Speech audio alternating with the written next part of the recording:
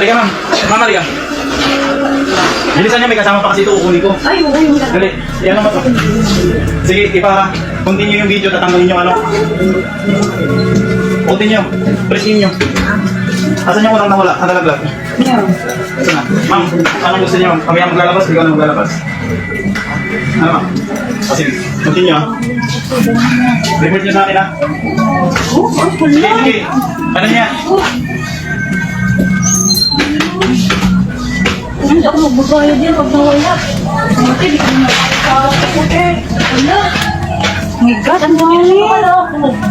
Grabe. Wala. Yan, wala kami yung dami. Diyos ko ma. Ano? Diyos ko ma. Ang dami kong ano yan, ma'am. Wala.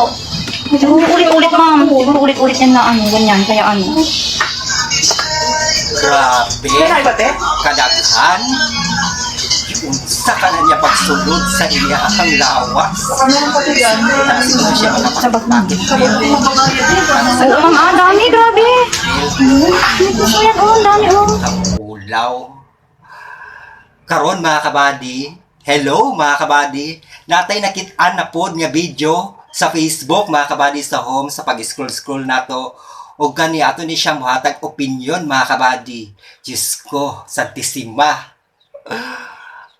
Kung kamo, namoy balak nga mag-awat-awat ani nga babae, ayaw na lang kay masisira ang buhay nyo. Mora na siya. Ayaw yun mo pag-awat-awat ana kay delikado na. Number 1, kung mahibawaan na sa inyong mga parinti, silingan, kapamilya, ulaw kaayo. Number 1, hisgutan mo, libakon mo, maliiton ang inyong pagkatao kay nagbuhat mo krimen. Krimen na siya matawag mga kabady kay tip man na siya. Tip or pagpangawat nga pwede na siya mapriso mga kabady. Ug kani siya nga babae is kanang nagbuhat siya ging ani, pwede na siya matanggong, dili pa na siya pagawson sa opisina sa mall nga iyang gikuha. Nitabo ni siya marag last week, masiguro ni, bag-o lang ni siya, recently lang ni siya, last week dito sa mall sa Sambales, nga nagkuha siya og mga gamit, gisulod niya sa iyang mga kuan, bulsa, o sa iyang mga, nasa mga bulsa diya nga gipang andamdaan. Ug kani po siya nga babae siguro, murag anad na po siguro ni siya, ana-ana, delikado na siya nga magkuha ta og mga item kay na ay CCTV o kanang mga sales lady nakamonitor na ang ilang mga mata, maglantaw na sila sa mga tao o unsa ba ilang pabaliton or naabay sila isuksok o kani siya sa dihang nasapna ni siya nga daghan na kay siya gipamutang nga mga item sa iyahang bag o sa iyang bulsa o sa iyang secret kataguanan.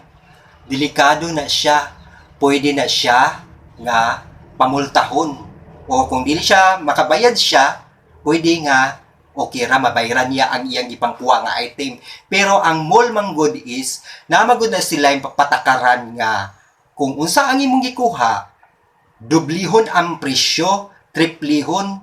Kung wala ka ikabayad, i-diretso ka, i-forward ka dito sa PNP.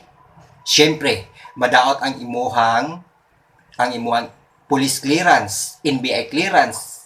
O worst pagidana is kung gusto ka mag-apply trabaho, dili nakaka-apply og trabaho kay ang imong record is tip, pagpangawat, ana. O napo kay plano nga mo abroad, dili pug ka basta-basta maka-abroad kay naakay kaso nga tip mga kabady. So siguro po, nang ako po sigurong opinion ani nga babae is kanang nisugal na lang po ni siya ing ani nga panguha kay siguro siguro siya bayranon nanginahalan siguro po ni siya og kwarta or bayad sa abang sa balay anana delikado kaayo na ayang gibuhat. So ayaw gyud masisira ang buhay niyo. Pwede man siya nga makahulos og kwarta, makalinding og kwarta, bayad-bayaran lang niya kada bulan kung naa siya kwarta pero ing ani manggod kanang delikado siya. Ito yan. Oh, ang dami. Oh.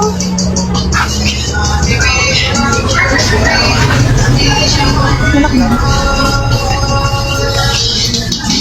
Bukit mo.